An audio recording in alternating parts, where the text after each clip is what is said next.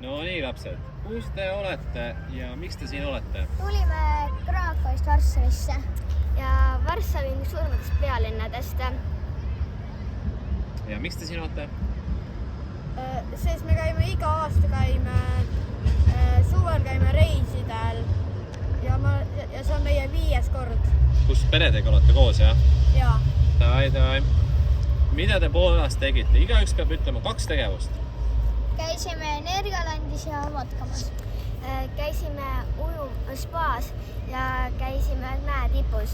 See oli eriti kõrge ja see oli nagu veest 2646 meetrit kõrge. Me grillisime vorsti ja kartuleid. Midagi veel tegite? Ja ronisime. Alright. Kui te peate valima ühe tegevuse, mis teile kõige rohkem meeldis? Mis see oli? Energialand, sest see on Euroopa suurim veelõbustuspark. Üks ekstreemne ja vinge matk. Energyland. Okei, ehk Energialand võitis. Teine küsimus. Aga mis oli siis kõige hirmsam asi, mis reisi ajal juhtus? Meil oli hardi oksendamine. Uuesti. Räägi. Seda saab vaja lõigata. Üks koht, kämpingu koht niimoodi, et öösel niimoodi, et lapsed käisid ühes maisilabürindis ja siis üks mees pani õudusmuusika, hakkas lapsi ehmatama. Millal see veel oli? Okei, Mirte, mis on kõige hirmsam?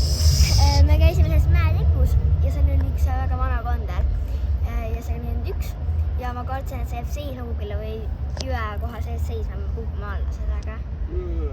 Mina kartsin, et me läksime mäetipus, läksime ühte puidustorni ja seal oli võrk ja kui sa oled sinna peale, see on hirmus ja sul hakkab südani kiiresti Tuksuma.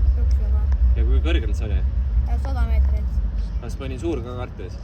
Ja Kes see? mu issi ja kõik umbes. Kõik suured ka kartis? Okei, siis pidi päris hirmsam. Nüüd järgmine küsimus. Mida te järgmine aasta teha tahate? Minna Hispaaniasse. Norrasse. Leetu. Aga kui teil erinevad soovid on, siis kuidas te koos lähete?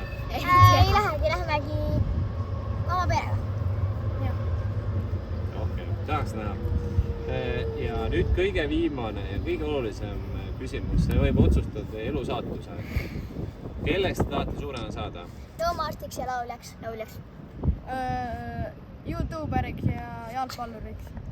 Okei, võtame video kokku. Mis me ütleme? Elagu Poola! Subscribe, please.